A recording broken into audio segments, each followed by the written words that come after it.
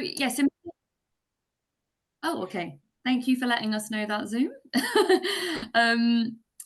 So yeah, my name's Pippa, and I'm one of the clinical psychologists working in the stroke team, which is sort of the new. I don't know who knows. Is the kind of the new stroke service that runs across from sort of Southmead Hospital when you're an inpatient, all the way through this to the community. And psychology, we're just starting to get embedded in that team, which is fantastic.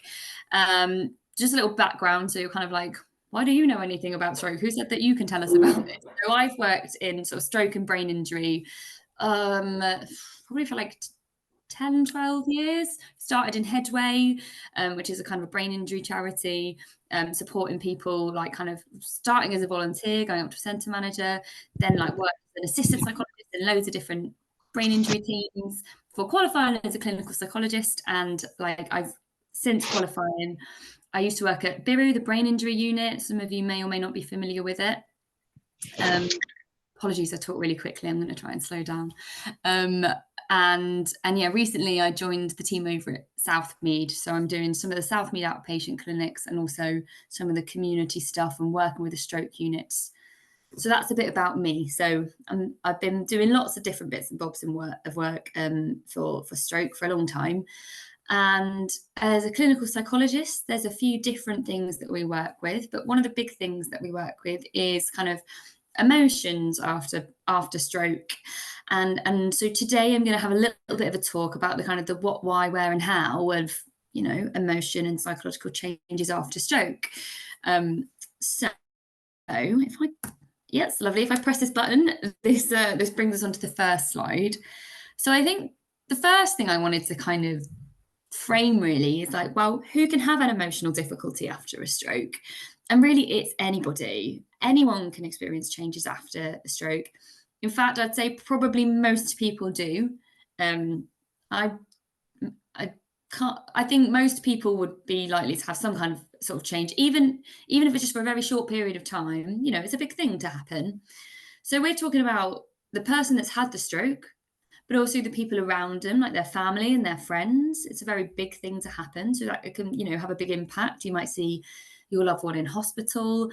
Your loved one might have lots of difficulties they didn't have before. So there's the family around the person. So the whole family unit, including the person that had the stroke, can be impacted psychologically and emotionally. You can be impacted if you had mental health difficulties before your stroke. It might make them worse. And you can also be impacted if you've never had a difficulty with your mental health. So this isn't just if you have mental health difficulties, your stroke will make it worse or you'll continue to have them. People who up until this moment in their lives have been like, I don't think I've ever had a problem with my mental health, can develop difficulties with their sort of emotional well-being and their mental health. So what kind of changes might we be talking about? So if we think about it, our emotional well-being is kind of our feelings, isn't it? So we might feel more angry, we might feel really anxious, we might be quite confused, we might feel embarrassment, maybe say for instance, our speech has changed or our walking's changed, or we sort of keep blurting things out when we didn't used to. All these things can lead to embarrassment. And we might feel less sociable, maybe because we're embarrassed, or maybe we just don't really want to be around people anymore. I think someone's microphone.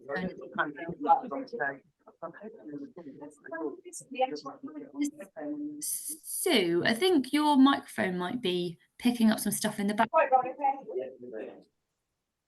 Sorry.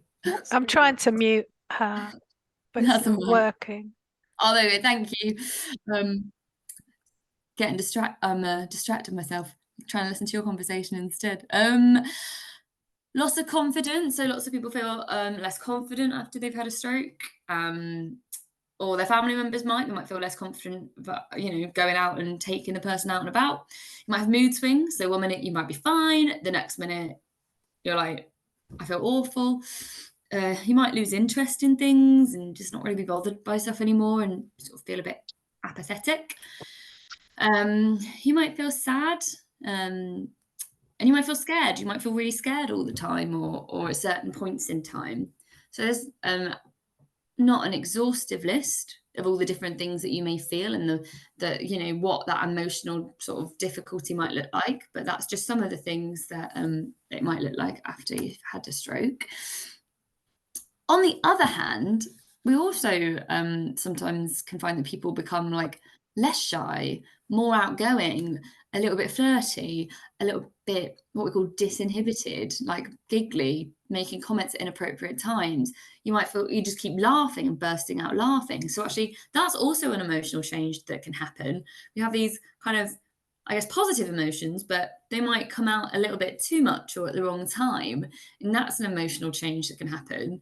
And then that can also lead to embarrassment, either for the person that's like doing them and experiencing them or for people around them.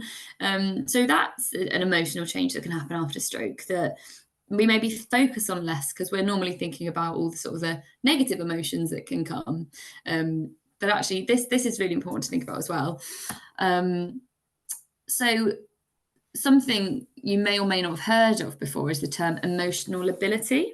So you can see there's a picture of a wave. So that's this kind of like, we get these waves of emotions that come. So really quickly shifting between like being really happy or becoming really sad or becoming really tearful. Quite often it comes out as tearfulness. So it's really easily triggered. So someone might say something and then you just start crying. But then quite easily you'll move back out of it. Someone says something else and you're almost distracted away from it. So it's kind of different to when you know, you're really feeling that sadness and you're in it and you're like talking to someone and you feel so sad about this. It's a little thing and you have this big over crashing wave of sadness or tearfulness or anger. And then it kind of goes again quite quickly. And sort of, I think that's can be quite difficult for the person experiencing it, 'cause you can just feel like you're, you know, like you're a little boat on that wave that's just being knocked around. And it's quite difficult for people around you because they're always like, oh my gosh, everything I say is making them upset or sad or tearful. Or, and I think sometimes when in my work with people, something that's been really helpful is to try and help people work out, you know, is this just a wave? Is this just an emotional ability wave? I say just, that's not to minimize it, but to sort of set it apart from, actually, no, I'm really sad right now and I really want to talk about this. Because sometimes what can be helpful is to recognize that I get these quick shifts and actually rather than kind of digging into it and being like, you're so upset, la la la, like, can I help you with this? Which can just kind of make the waves keep coming. Sometimes it can be it's sort of helpful to sort of shift away from it and say, oh, you're getting one of those emotion waves. Should we talk about something else for a minute and see if it passes? And then you might quite quickly be like, oh yeah, actually I'm fine again now, and get on doing with the thing that you were doing before or what you want to do. But that can be tricky because you don't want to like not validate when someone's feeling sad. But yeah, like noticing when, and in yourself notice, you could kind of have a you know, you might start to notice this is one of those like emotional ability waves and it's a whoof, and then it's going to go. So you might have like kind of a buzzword to say to, you know, the people that you care about when it comes on, be like, it's just a wave. Let's move on. Versus if they start doing that, you're like, actually, this isn't just an emotional ability wave. Actually, I'm feeling really sad right now and I want to talk about it a bit more. So that's just something to sort of bear in mind. So when can like emotional problems kind of surface after a stroke? So it could be like straight after the stroke. So as soon as you come around hospital and all of a sudden potentially, you lie there, you wake up and everything, it feels a bit different and you're not able to do things, you're in hospital, it's very scary. That could be when you start having emotional difficulties and you might feel really sort of sad and scared. You might be all right in the beginning bit, and then actually as time goes on, maybe when you're in a rehab unit or when you get home and these difficulties haven't quite resolved to the way that you thought they would, and you still have some ongoing difficulties, or all of a sudden it hits you like, oh my gosh, wow, that thing's just happened. You know, it might be then that you get emotional difficulties coming to the surface. It might be a few months later or even a few years later. And if it's a few years later, it might be that they're a little bit related to the stroke, but it might be that they're just generally like kind of emotional difficulties at any point in life. We can all, have times where things are more emotionally difficult and psychologically difficult. We have a bit of a mental health wobble, or a big mental health crisis even. And sometimes it would be directly linked to our stroke. Sometimes it will be linked to other things. So it can really happen anytime, and it can, different people experience it for different lengths of time. Some people, it might be just quite a small phase in their stroke recovery. For some people, it might go on for quite a long time, and maybe they need a bit more sort of help and input from professionals to kind of help them through it. And yeah, so like, where does it happen? So it might happen in hospital, it might happen at home. It might be that you only seem to have emotional difficulties maybe when you're out and about, when you're with friends, when you're at work. Different places might trigger different feelings. You might feel fine when you're at home. So then maybe you start spending more time at home and stop and going to those places you used to enjoy, because maybe they make you feel anxious or remind you of, things you used to do, or they might make you feel scared, and so you don't want to go there anymore, or overwhelmed because there's lots of things going on and it's all a bit overwhelming.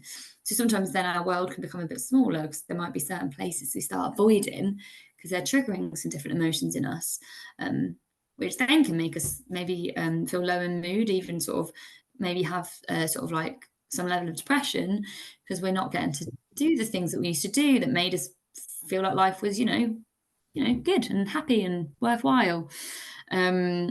So that's something to think about. The where these emotions and the difficulties happen can change, and it's different for people. Just in case you're looking for me. And I think this is always an interesting one. Why? So this is, again, not an exhaustive list. There's loads of different reasons why emotional changes happen and psychological changes happen. So if we start at this, sort of the sort of with the stroke itself, there are parts of our brain that process emotion, and there are pathways in our brain that are responsible for, deciding whether or not to get angry about something, or deciding whether or not to react when we're angry. There are bits of our brain that say to us, this is a sad situation, or this is a happy situation. And our emotions don't just come from nowhere. Our brains make them. There's especially the bits right in the middle called the limbic system. That's really key to emotions. And so if there's damage or changes to those structures or those pathways, then that can change how we process emotions. So the emotional ability, for instance, there's parts of our brain, especially in the front of our brain, that stop those kind of big emotional swings and kind of keep our emotions a little bit more sort of like regulated.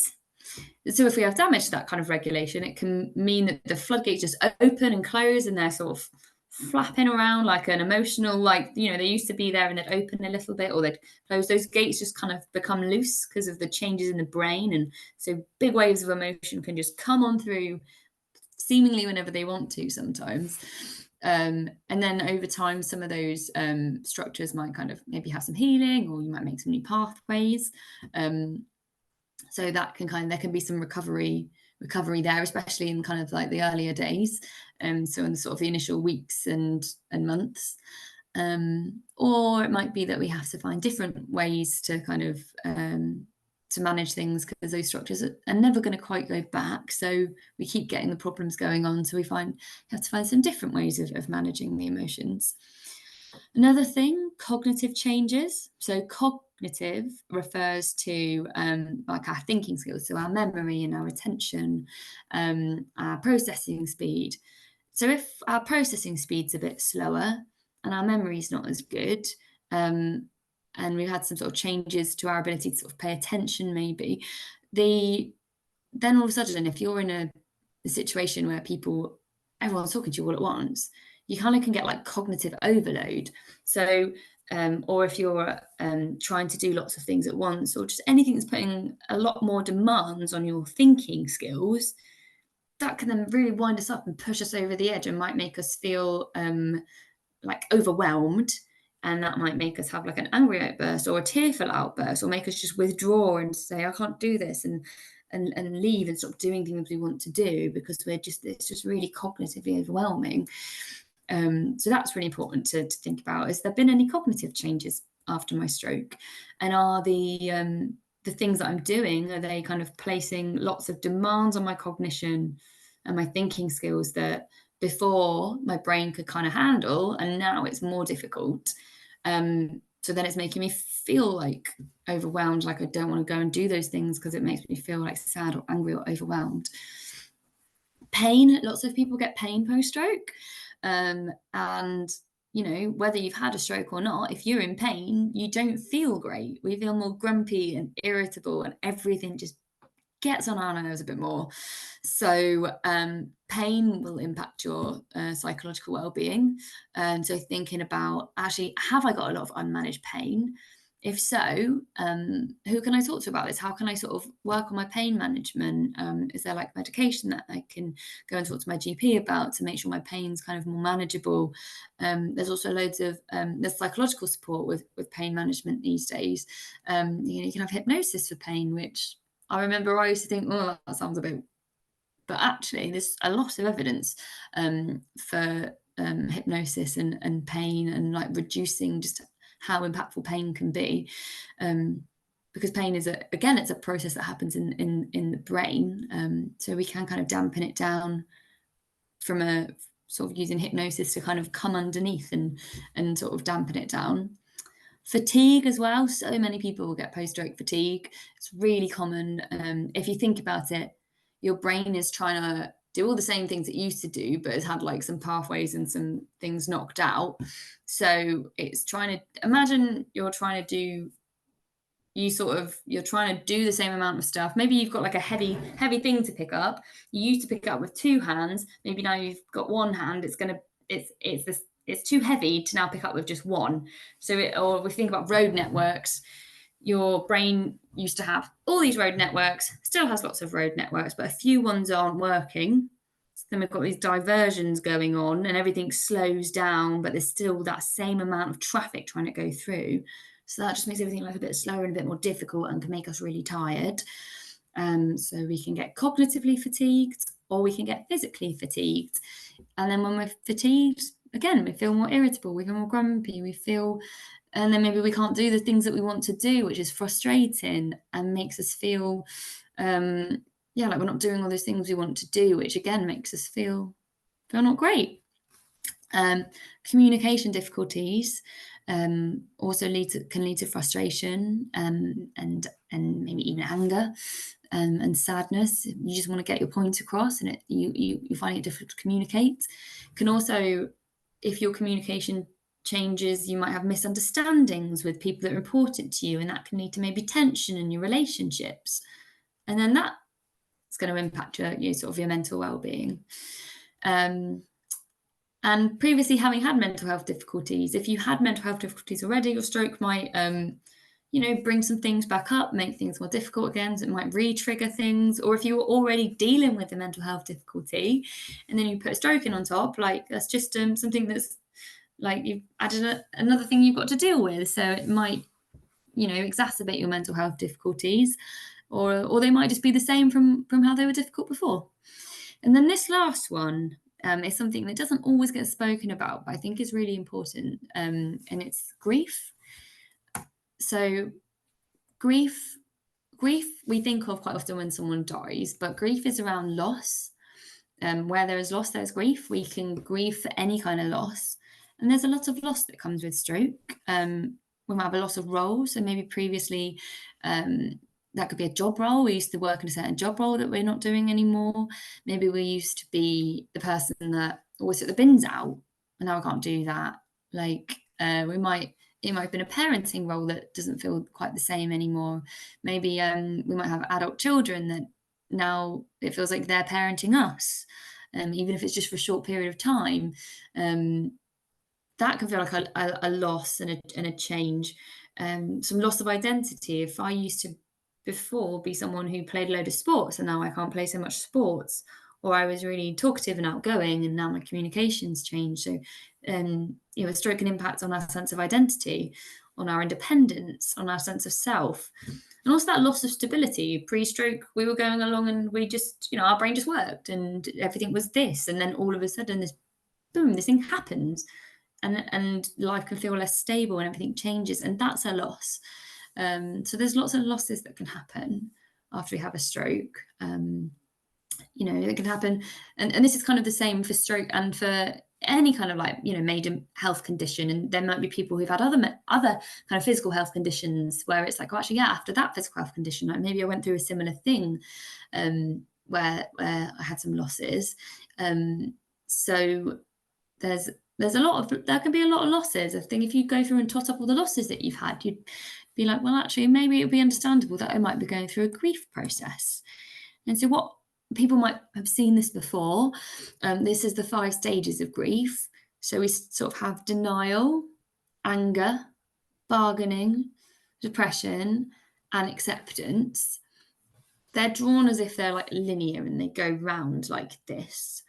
Actually, we can kind of bounce between them. Sometimes we might be in anger and bargaining, and then maybe we go back to denial for a bit, and then maybe we zip forward to depression and sadness.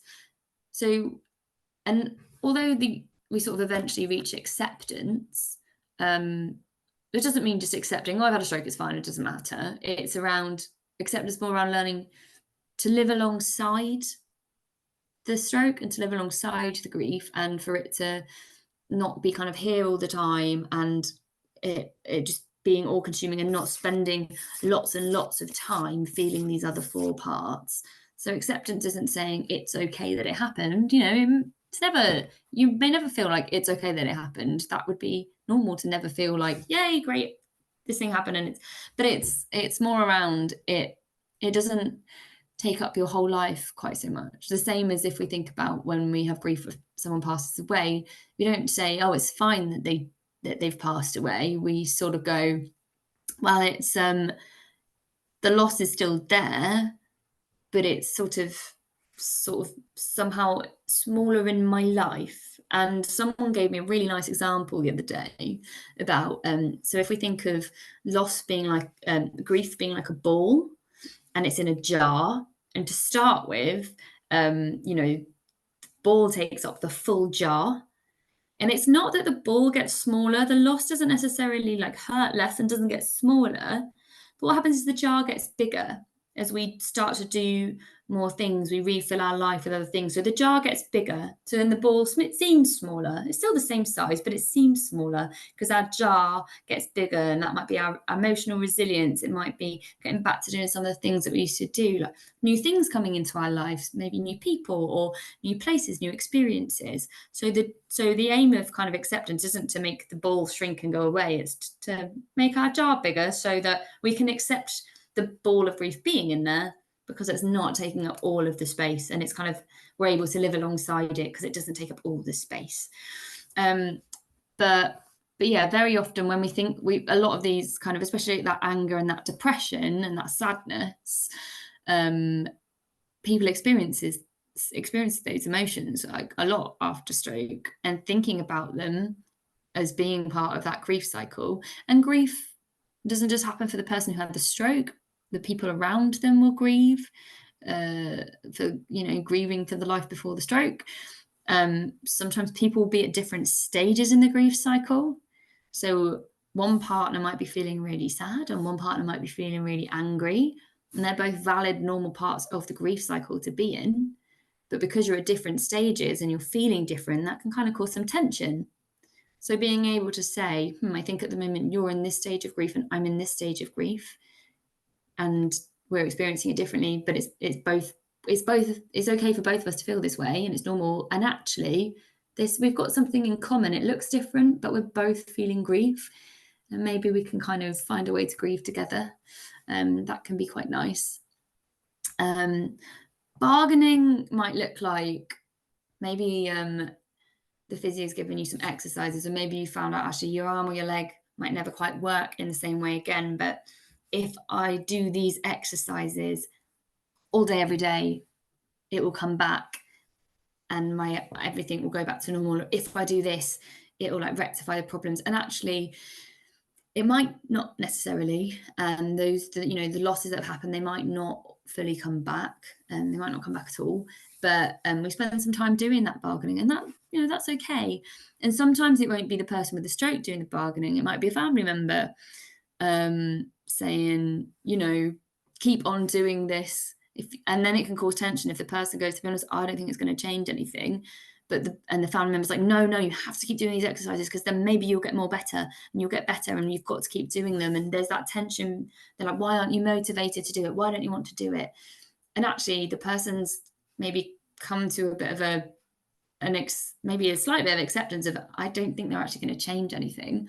But for the family member, they're still in the bargaining stage where they're like, if you do, and they're not ready to say, okay, maybe actually doing this or doing that, or if I can just get you to do more, things will go back to how they were before. So stages of grief is important for us to think about for ourselves, but also important to think about if we're having some tension with like the people that are in our life. Maybe there's something around we're in different stages of the grief cycle. And with healthcare professionals as well, sometimes we can almost sort of be the one vicariously bargaining, like, I'm going to give you these exercises because I don't necessarily know if you can get better, but if I give you these, maybe there might be a chance. Because I'm not sure, there may well be healthcare professionals listening as well. That can be really difficult because everyone wants to make it 100% better and wants it to just go back to how it was. And as healthcare professionals, it can be really difficult. You get to make a relationship with someone, and you really want them to get better and it can be difficult. So we can go through these stages of grief as well, especially if you work with someone for a long time quite closely. And so I think most healthcare professionals would agree that there'll be certain people that you make a kind of an extra almost therapeutic relationship with, where it's even harder, and you maybe notice that you've done this. So it's helpful for healthcare professionals to think about for themselves as well as for the people that they're working with. So what do we do? How do we make things better? So this is just sort of 4 little tiles that I've put together. There's lots of different ways, but some little things. So thinking about, how did you deal with hard times before? Because although this is a really hard time, you'll have had hard times probably before in your life. And what did you do? What skills do you have that's helped you get through hard times before? And how can you still apply them? Because although there's lots of losses, you've also got a lot of skills that you've used before and lots of things that are still there. And sometimes having like a little bit of a sort of a sit down and a focus on, okay, I talk all the time with professionals or other people or myself about what I've lost. What have I still got? And what can I draw on? And it might be like 10 years ago, something bad happened to you. And actually at that time, I started every day, or once a week, I don't know, have a bubble bath. And I can actually still get in and out of my bath, and I've got a bath. And actually that used to make me feel really good. Or I maybe used to do jigsaws, or I used to just put on some candles and put on some soothing music and sit down and have a little just time out. So thinking about, are there any things that you did before? Or maybe it was talking to people before, and now you don't talk to people. And if you don't, even if you have communication difficulties, there might still be ways that you could sort of still kind of do some form of communication with people. What used to bring you joy before? What were those little things that made you feel happy? And is there any way that you can do some of those things that make you feel happy? Because sometimes we sometimes don't feel like we want to do them, especially when we're feeling low in mood. And we almost have to be able for someone else to say, this used to make you happy, so we're going to go and just see if it still does. And it might make you have even a little tiny bit of happiness. And the next time you do it, it's a little bit more. So, making sure you're sort of doing some of the things that make you happy. Like I said, focus on what you can do as well as mourning what you can't. And those two things can happen together. And I really like this one. And sometimes people think it's a bit wishy-washy, but keeping a gratitude journal of little things that you can be grateful for, because it is really, understandably easy to get swept up in all the things that you're not grateful for that's happened when you've just had a stroke. But what little things, maybe just little things, you might, just look out the window and you see a little magpie sat on the side and he just looks really sweet and chill, and you're like, that's nice. Write that down. Just these little things. because eventually these little things can all add up and start to combat the big things, or at least start to chip away at like the big rocks of difficulty, or like surround them and soften them up. So gratitude journals can be a really nice little thing to do. And then obviously there are times where people need more support, and actually they maybe need a bit of extra help. So there's a few different places. I don't know where everyone's from online, but I was kind of assuming that people are sort of from the Bristol-ish vicinity. So NHS talking therapies. So in Bristol, there's the Vita Health group. I don't know, I'm pointing at the screen, you can't see that.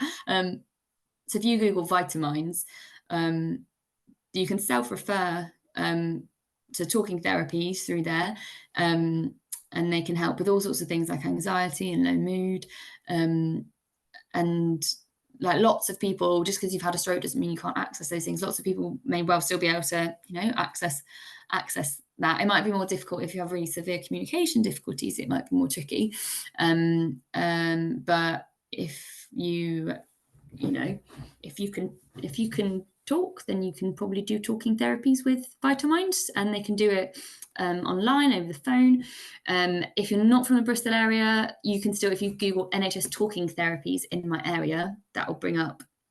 And this isn't just Bristol, it's like Bristol, South Gloss, North Somerset, BNSSG. So Bristol After Stroke also offer counselling, which obviously more stroke specific. So you can kind of talk to Bristol After Stroke about accessing counselling.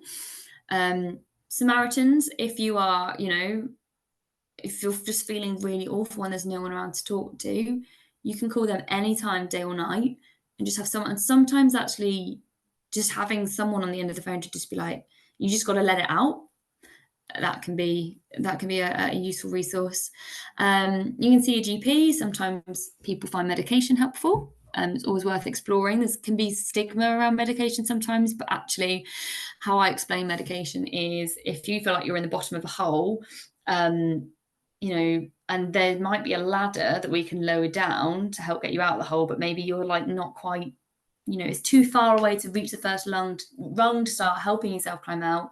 The medication can almost be a box to stand on to make it so you can reach the first rung and start making your way out of that kind of that hole. So they're not addictive and they can be really helpful, and so definitely have a chat with your GP if it's something that you want to explore.